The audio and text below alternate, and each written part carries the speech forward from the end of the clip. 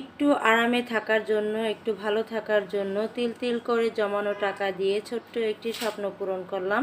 আসসালামু আলাইকুম, আমি পাপিয়া আছি আপনাদের সাথে।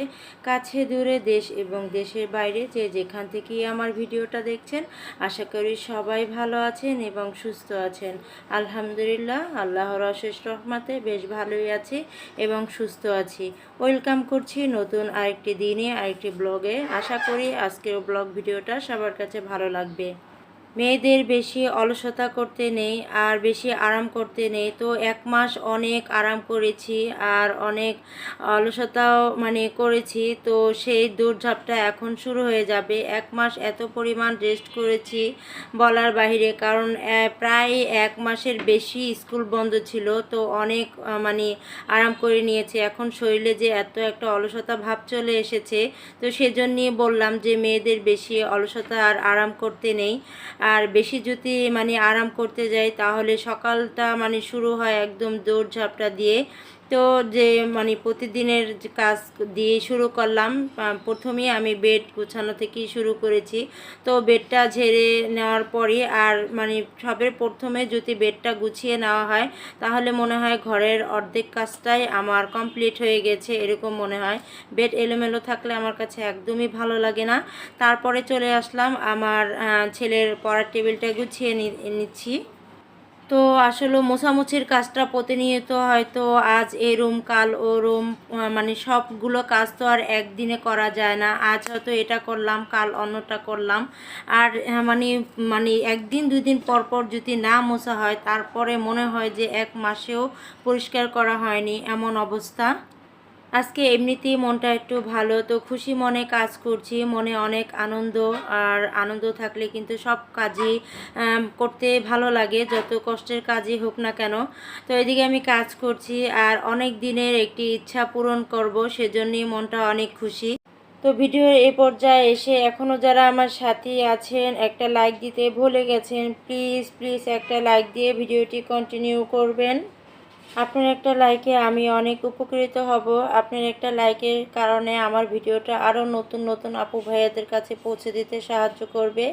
আর আপনি যদি আজ আমার চ্যানেলে নতুন ভিজিট করে থাকেন, ভিডিওটি দেখার পরে কোথাও কোনো অংশ যদি একটু আপনার কাছে ভালো লাগে, পরবর্তীতে দেখার ইচ্ছে থাকে, তাহলে আমার চ্যানেলটি সাবস্ক্রাইব করে আমার পাশেই থাকবেন।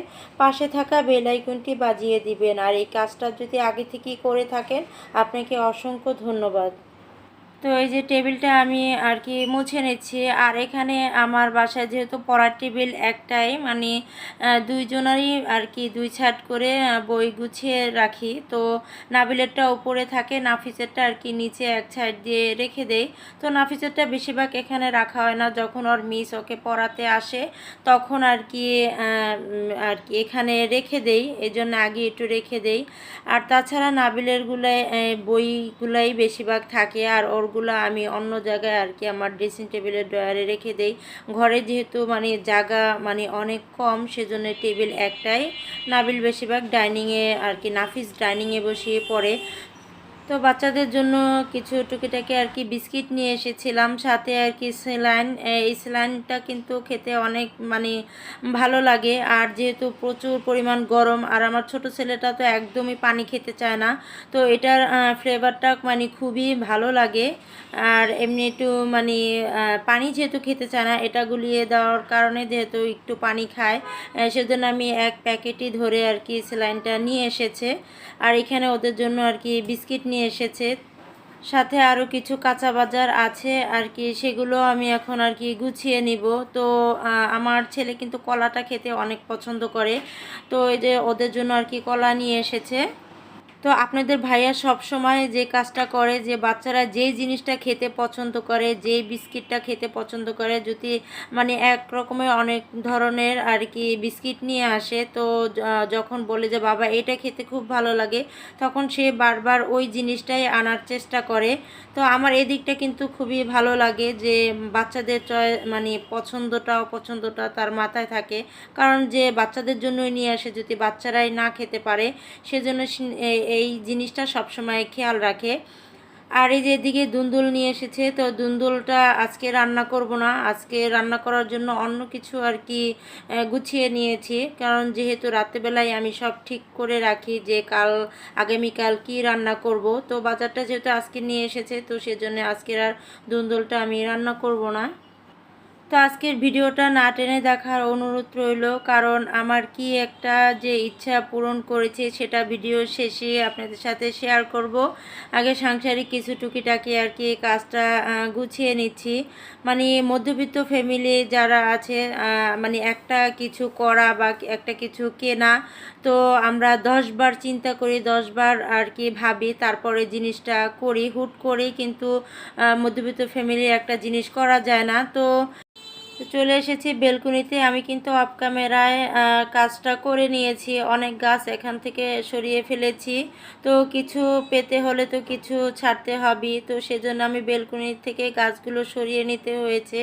আর এখানে কাজ করার পরে আর কি গলাটা একদম শুকিয়ে গিয়েছে, তো ওই যে স্যালাইন নিয়ে এসেছিল, সেই স্যালাইনটাই এখন আমরা তিন মা ছেলে মিলে আর কি গুলে খাবো।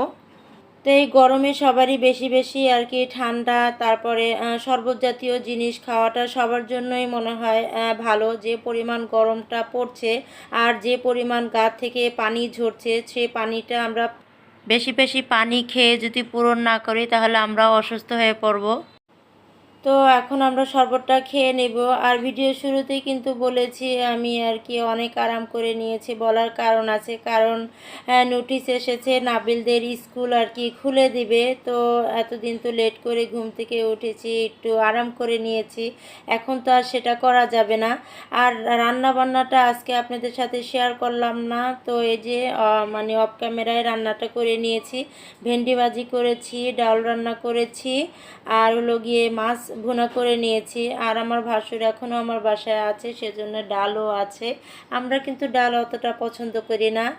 আর এই যে আমার তিল তিল করে জমানো টাকা, এটা হচ্ছে রাতের ভিডিও। তো এখন সবাই মিলে আর কি এটাকে এখন ভাঙবো, যেহেতু ছোট্ট একটি ইচ্ছা আর কি পূরণ করব, তো সেজন্য আর কি জমানো টাকাটা এখন সবাই মিলে দেখেন কারোর হাতে ছুরি, কারোর হাতে আর কি ব্লেড নিয়ে আর কি এটা খোলার জন্য অপেক্ষা করছে। তো এই যে শেষ পর্যায়ে খুলিয়ে ফেলেছি, নাফিস বের করছে।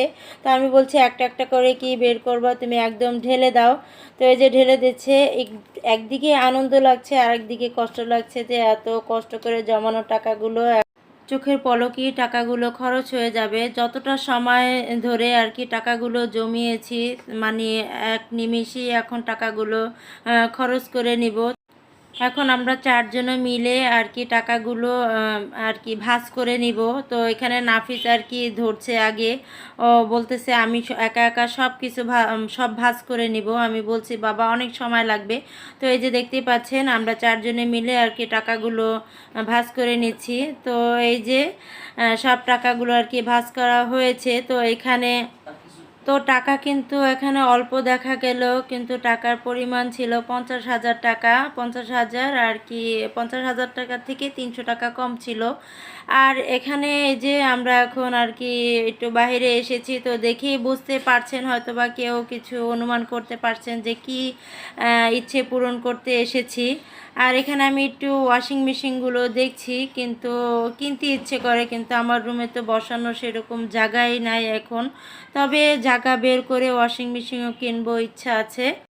তো আমরা কেনাকাটা শেষ করে বাসায় চলে এসেছি। তো বাসায় এসে তো দেখতেই পাচ্ছেন যে কি কিনে নিয়ে এসেছি, কারণ না কিনে একদম উপায় নেই, এতটা পরিমাণ গরম পড়েছে। তো যেহেতু কষ্ট করে টাকা জমিয়েছি, একটু আরাম করে নেই। তো এটা হচ্ছে পরের দিন আর কি রাত 9:30টার ভিডিও। তো এই যে এসিটা লাগিয়ে দিচ্ছে, আর আমার তো বাসার কি অবস্থা হয়ে আছে দেখতেই পাচ্ছেন। এগুলা গুছ করতে করতে আমার অনেক রাত হয়ে গিয়েছিল। আর মেশিনটা বেলকনিতে বসানোর কারণেই আমার বেলকনির গাছগুলো সরিয়ে নিতে হচ্ছে। তো ভিডিও শেষ পর্যায়ে চলে এসেছি। সবাই সুস্বাস্থ্য কামনা করে নেক্সট ভিডিও দেখার আমন্ত্রণ জানিয়ে আজ এখানেই বিদায় নিচ্ছি। আল্লাহ হাফেজ, আসসালামু আলাইকুম।